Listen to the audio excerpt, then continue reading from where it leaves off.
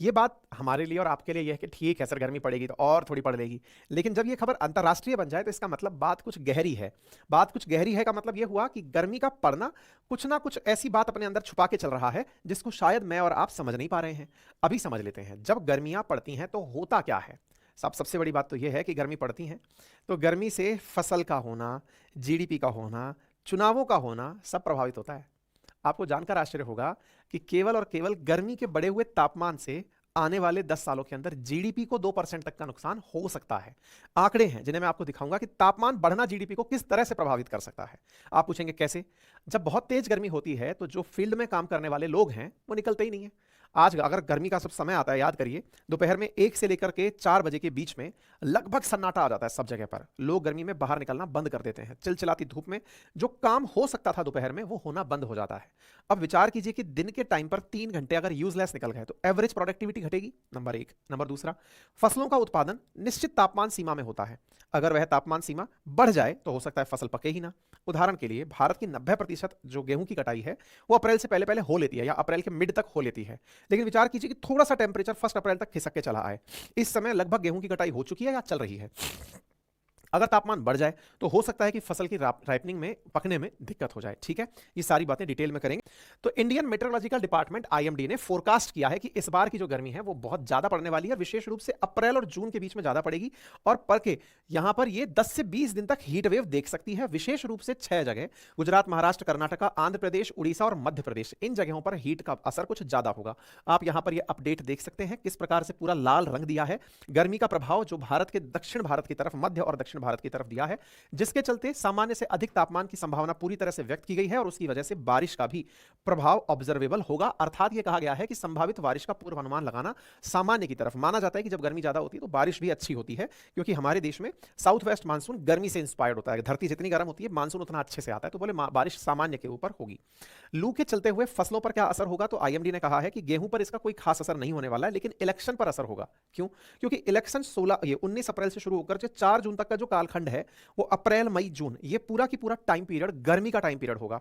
ऐसे में चुनाव प्रभावित हो सकते हैं। क्यों?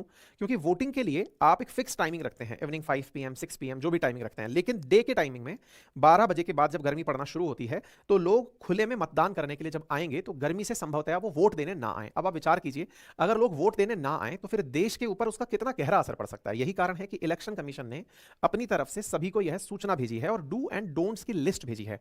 जब चुनाव हो तो क्या करना है, एडवाइजरी क्या जारी की गई है, जैसे पर्याप्त पानी पीना है, अपनी बॉडी को रीहाइड्रेट रखना है, बच्चों को वोटिंग के समय पर लेकर नहीं आना है, हल्के कपड़े पहनने हैं, छाता लेकर आना है ना, मतलब किसी भी प्रकार की सॉफ्ट ड्रिंक नहीं पीनी है, बच्चों को पोलिंग स्टेशन पर नहीं लाना है, बच्चों को गाड़ी में छोड़कर नहीं आना है, इस तरह की बातें। और गर्मी किसी को अगर लग जाए, किसी को हीट स्ट्रोक आ जाए, सन स्ट्रोक आ जाए, तो उसे किस तरह से ठीक करना है, ये सारे do and don'ts election commission ने भी जारी किया। नासा से पूछा कि क्या भाई इस बात में सच्चाई है, बोले बिल्कुल सच्चाई है। अफ्रीका में गर्मी का माहौल बना है, इंडिया तक चला आ रहा है।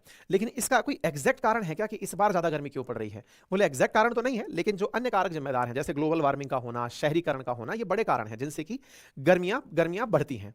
बोले इसका प्रभाव क्या पड़ सकता है? बोले गर्मी है तो हो सकता है जंगलों में तुरंत आग पकड़ ली जाए, या फिर रिहायशी इलाकों के अंदर बहुत जल्दी आग पकड़ जाए। बिजली और पानी का संकट, बिजली का क्यों? क्योंकि भर भर के लोग एसी कूलर चलाएंगे तो उससे बिजली का संकट उत्पन्न हो सकता है। पानी का क्यों? कूलर चलेगा तो पानी खत्म हो सकता है, पानी की आवश्यकता पड़ेगी गर्मी के अंदर। पानी की कमी के चलते मतलब हाइड्रेशन के लेकर प्रॉब्लम्स हो सकती हैं, लू चल सकती हैं, सिर दर्द, बेहोशी, मितली आना, उल्टी आना, ये सब हो सकता है।